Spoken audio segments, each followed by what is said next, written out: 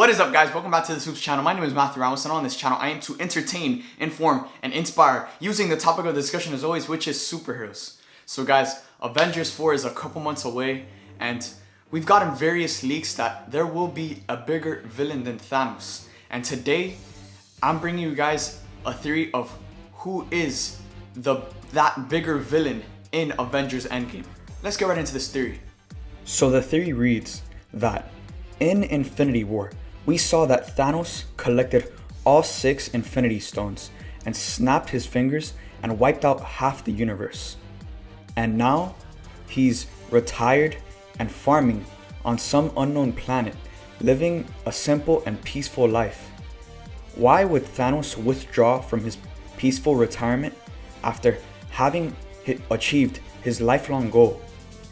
Instead, a more evil Thanos, wielding only a double-bladed sword in his Chitauri army, will act as the leading villain after the last surviving heroes travel back to the past, specifically the Battle of New York, where the Avengers first came together to ward off Thanos' invasion. The heroes return to the events of the Avengers and kill Thanos long before he ever makes his disastrous visit to Earth, a move that would wholly eradicate the events of Infinity War, thus reversing the decimation and returning the 50% of killed souls to life.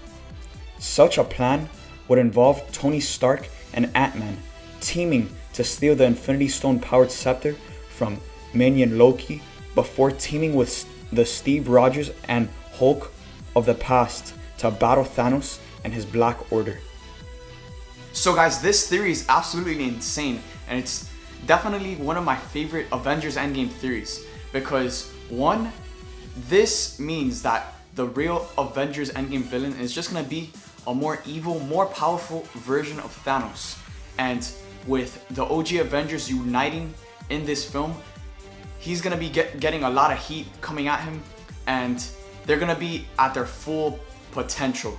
So to have a more evil, more powerful version of Thanos to fight off the Avengers, it would just be the perfect ideal villain for Avengers Endgame, because we don't, to be honest, I don't want to see a new villain be introduced in Avengers Endgame, because I want them to just keep the focus on the Avengers versus Thanos.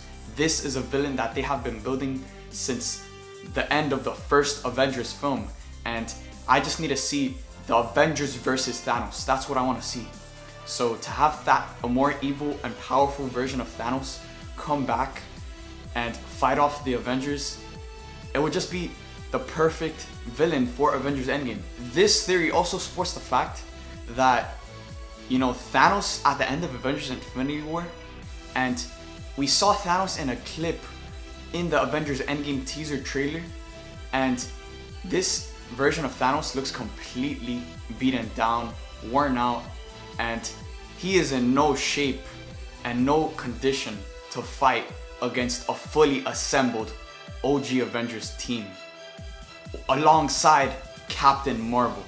So for him to have all of those heroes be coming at him at once and be in that condition that we saw him at the end of Avengers Infinity War and somewhat in the beginning of Endgame, then there's no way he's gonna be able to stand a chance against the Avengers. Now, throughout this build-up towards Avengers Endgame, we have gotten several leaks, and a bunch of toys and action figures have been spotted outside the US that confirm quantum realm suits. So guys, it's confirmed. The Avengers are going back in time through the quantum realm, and the quantum realm is gonna play a huge part in Avengers Endgame. So for the Avengers to go back to the 2012 Battle of New York scene, it would just completely go in line, hand in hand with this theory.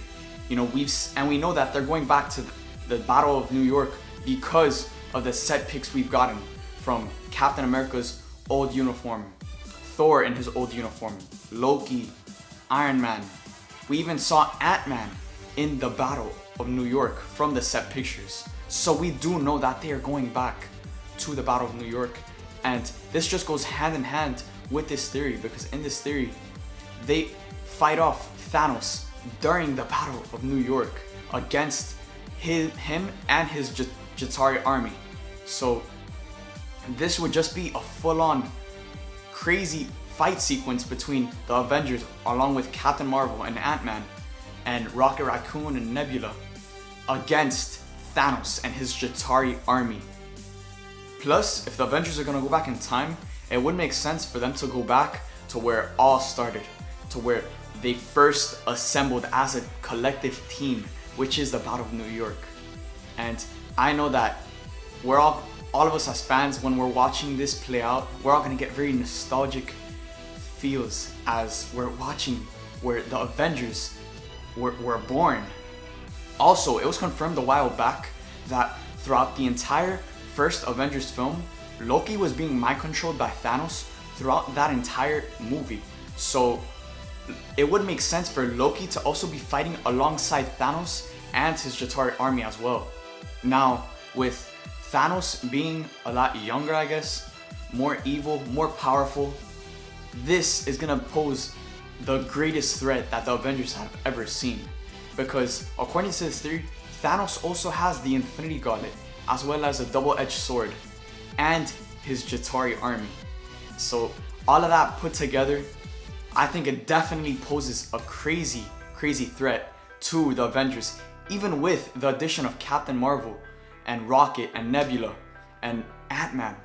Even with all of that, I still think it might not be enough to overcome a younger, more evil, more powerful Thanos with a fully assembled Infinity Gauntlet and a double-edged sword and an entire army behind him.